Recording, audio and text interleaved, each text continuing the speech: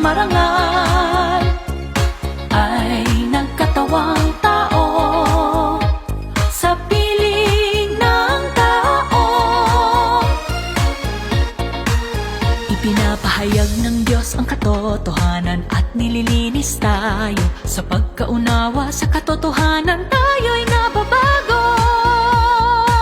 Naipapakita ang pagkamakapangyarihan sa lahat ng Diyos. Sa paghatol ng kanyang salita, nakita natin ang pagiging matuwid ng Diyos. Nililinis tayo ng salita ng Diyos at nakakamit natin ang katotohanan at buhay. Tayo'y tunay na pinagpapala at nag-aalay ng ating mga awit at sayaw. Nagpapasalamat tayo sa Diyos sa biyaya ng pagliligtas niya. Karapat-dapat sa walang hanggang papuri ang katuwiran at kabanalan ng Diyos. Alay natin ating katapatan at matunog tayong nagpapatotoo sa Diyos.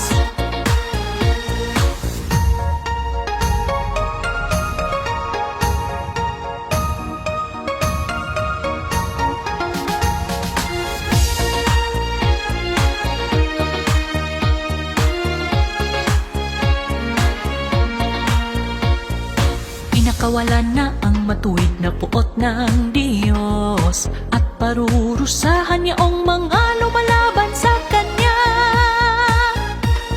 Ililigtas ng Diyos ang lahat ng tumatanggap sa katotohanan at nagpapasakop sa Kanya.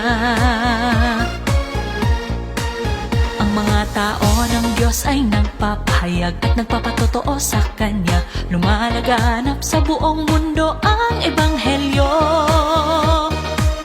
Natalo ng Diyos si Satanas at nagkamit ng kaluwalhatian at nagpakita na sa lupa ang kaharian ni Kristo.